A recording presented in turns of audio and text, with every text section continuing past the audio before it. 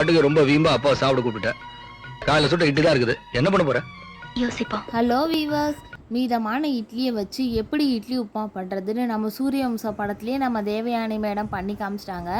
இருந்தாலும் எனக்கு தெரிஞ்ச மாதிரி என்னோட ஸ்டைலில் எப்படி இட்லி உப்புமா பண்ணுறதுன்னு பார்க்கலாம் வாங்க. ஒரு கடாய் எடுத்துக்கோங்க.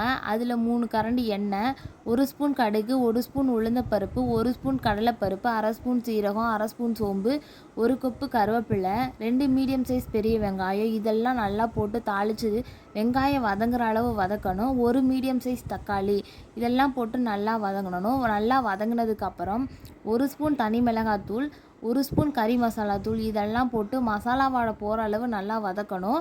இப்போ மீதமான இட்லி உதுத்து வச்சுருக்கோம்ல, அதை சேர்த்து நல்லா கிளறணும்.